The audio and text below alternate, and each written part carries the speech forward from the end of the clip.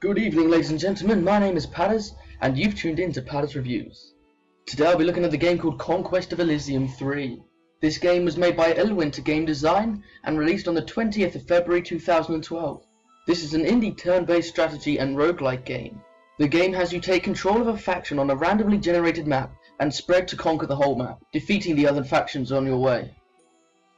So now we know what the game is, let's have a look at the options menu available for this game.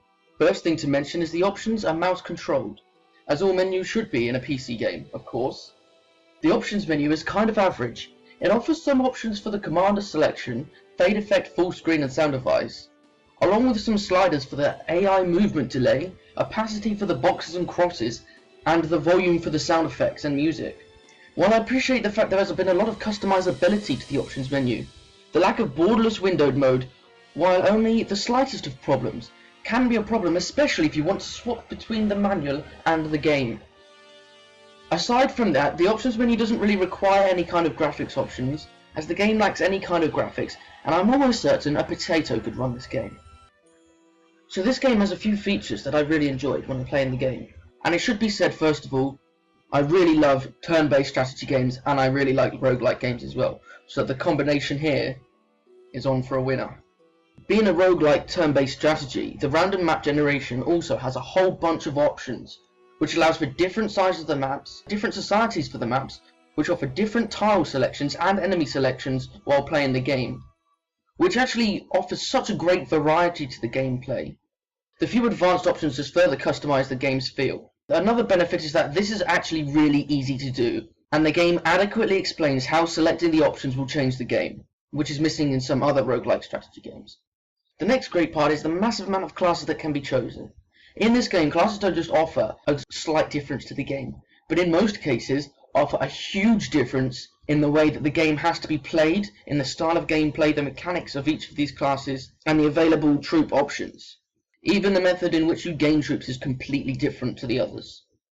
What this does is it enables the game to be so replayable. The game offers a great explanation for the differences in the characteristics of each class, but to really get a feel for each of the classes you have to play for a long time to get the basic grasp of how to play each class. The map editor and the full mod support even extend the gameplay further once the class has been mastered. The map editor was really easy to use, and the full mod support is available straight from the main menu itself. On top of all of that, there is an online multiplayer. While the drawbacks of this include not having an available set of games to join and requiring communication with a group of people to set up a slow-paced game, the ability to play against others really helps make this game even more replayable than it already was. This is even including there are 10 difficulty options for the AI, ranging from fairly passive to literally handing your ass to you every single time you play, unless you are extremely good in the class. This game has some of the best replayability of any indie game, and the love placed within the game is so apparent. The last but by no means least benefit of this game has to be the set of levels and items to collect for your commanders. This offers a small amount of RPG elements to be added to the game, including the ability to select the spells that can be cast within combat. This makes you have to care about the characters you employ and create a story for each of them, which is absolutely one of the best parts about this game. While many of the mechanics are great and work really well, unfortunately there are some that don't work too well, and the graphics is one of them. The graphics and animation within this game range from poor to non-existent, and there are almost no animations, barring a few flame effects and moving an arm during combat. There's absolutely nothing in there.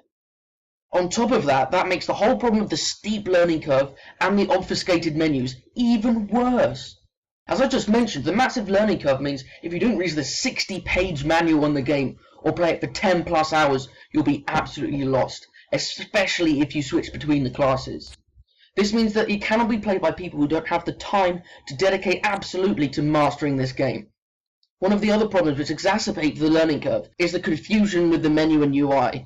You will have to make yourself comfortable with the UI, which is not a distinct feature of this game, but I found myself taking a lot more time to learn how to play this game than many others. One of the last problems I have is the nature and some of the mechanics that they have. Basically, if you leave anything unprotected, any one of the nature units can invade, which means that if you have a castle undefended, a single snake will come in and take it from you. I understand the bandits and the larger enemies, but when you leave a village or castle or even a town unprotected, a single wolf or a single deer or a single snake can take that from you? That's absolutely ridiculous. The final negative is the combat. It is just a group of units which you have got together being thrown at each other with a dice roll.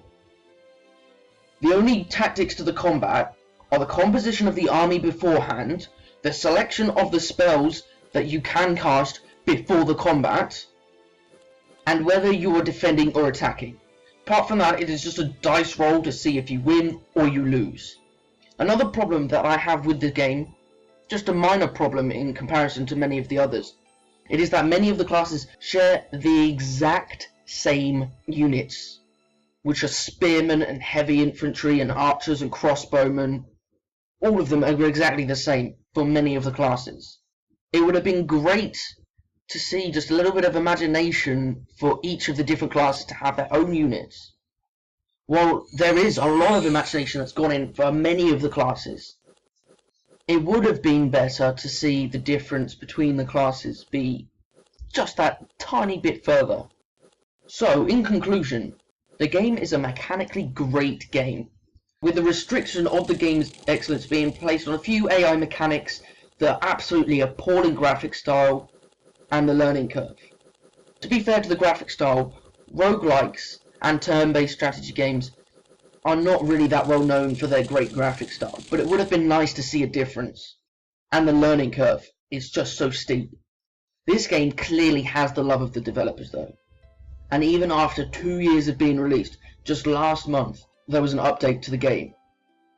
Many other developers would have moved on to the next game and ignored this one, but these developers have shown much more love for their creation, not only having a separate game being built, but still updating their previous game.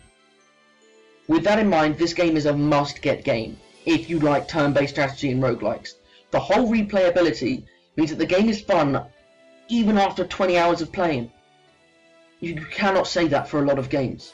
This is definitely worth £6.99. And I would suggest on top of that, you have a look at the other game, Dominions, which is a much more recent game and has better graphics, but quite a bit more expensive. And it would be great to see that game greenlit and be put on Steam. Thank you for listening to me today. If you like the video, please like and subscribe. If you have anything to say, please add a comment below. Again, a massive thank you for watching. My name has been Padders, and I hope to see you next time.